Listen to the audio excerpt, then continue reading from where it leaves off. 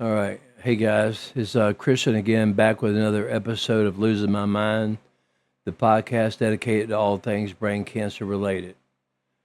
Well, I thought I'd give you a little update about today because yesterday I mentioned in my last episode that today was supposed to be a definitive day for my wife and I. Uh, After having a CAT scan last week that revealed after a seizure I had that I had my tumor growing back and some severe edema.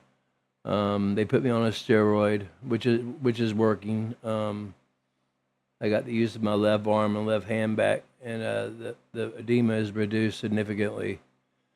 And then today we were going in for an MRI to definitively determine how much it had grown back and what was going on, and that way we could move on to the next steps with Duke and UNC Chapel Hill.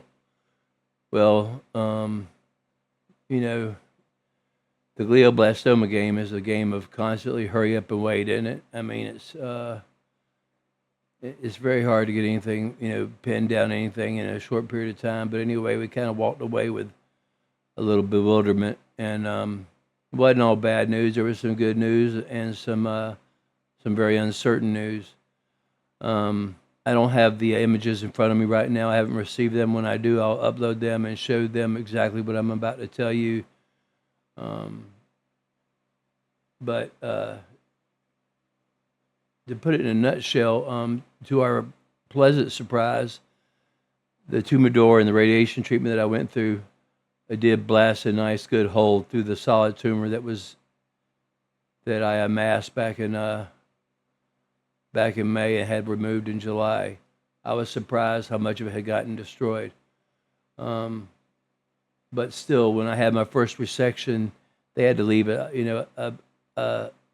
piece of it in there because it was too close to my motor skills, and had they touched it, might have left me paralyzed for life, and I didn't want that. So that piece was left untouched, and so no matter what, it's going to grow back, whether it's growing back now or whatever. But this is the way it was described to me. Think of my tumor. Think of my tumor as a small watermelon, and then think of the rind of that watermelon.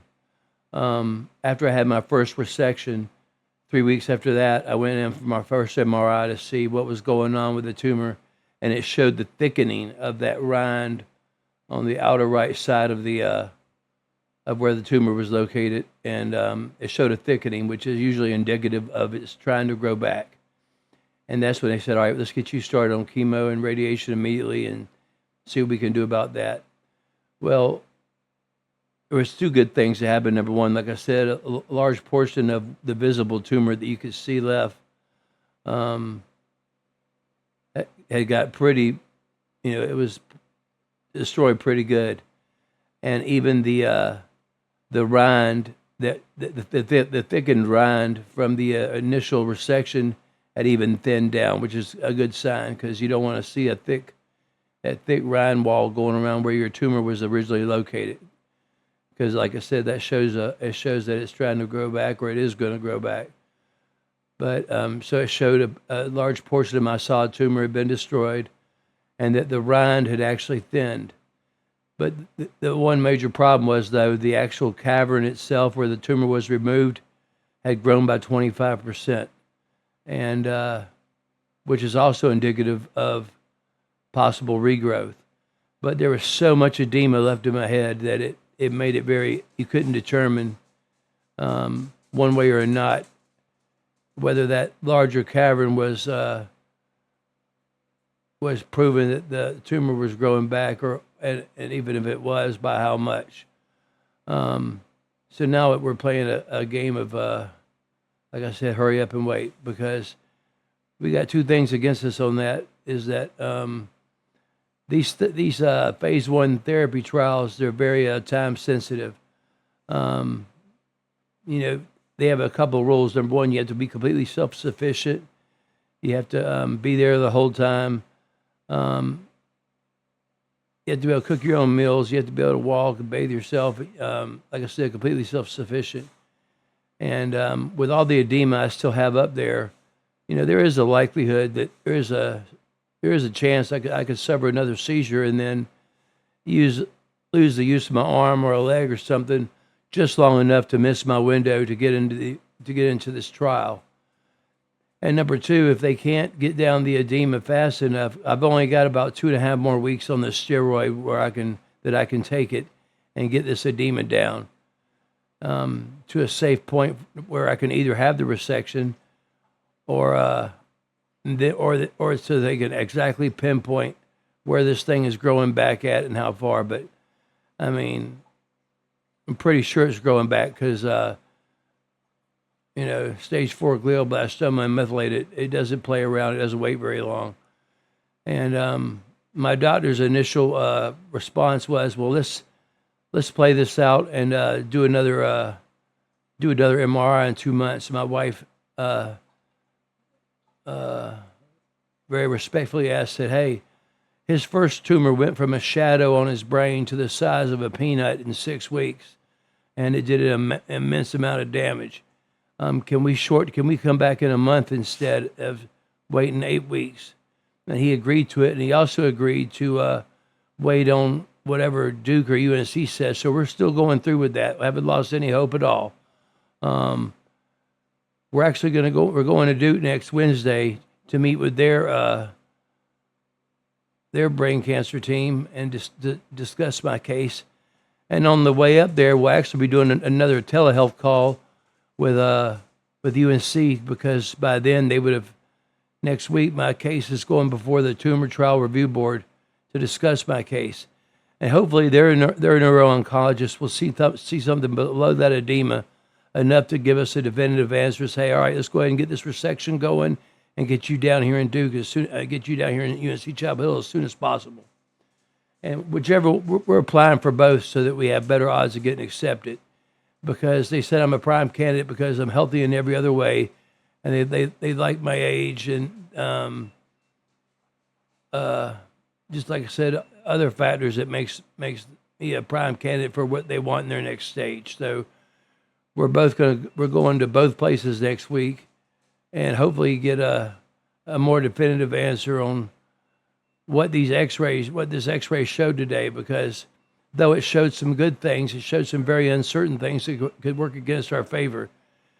And if they can't get the swelling in my brain down fast enough, then we're going to have to move forward with the second part of standard of care, which is, Avastin, which would automatically disqualify me from any trials, and I don't want that. There's too much promise in these trials, and I know exactly how this ends if I stay on the current treatment. So to me, it's worth the risk to get up there and just do anything I can. So the minute they give us a call, give us a nod, we're going to be going up there to give blood so they can start working on it in the lab. And hopefully during that time, my edema will come down to the point where the next MRI will be a lot more definitive and give us a lot more straightforward answers. So it's not really bad news that I'm reporting right now, just uncertain news. And, this is playing the waiting game again is stressful, to say the least, because we wanted to hear something definitive today, and we had our hearts set on it. Kind of stepped on took a little pep out of our step when we were walking out of there, because we weren't sure what was going to happen.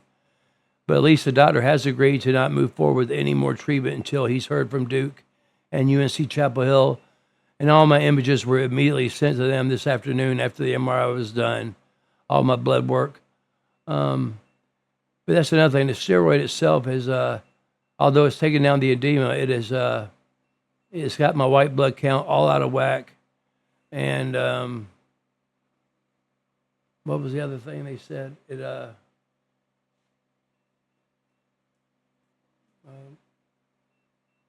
My iTunes Geo's alarm is going off, but I'll deal with it in a second. But anyway, so right now we're just playing the waiting game, and hopefully get this edema down, go ahead and get these meetings over with Duke and Chapel Hill. Maybe one of them will accept me.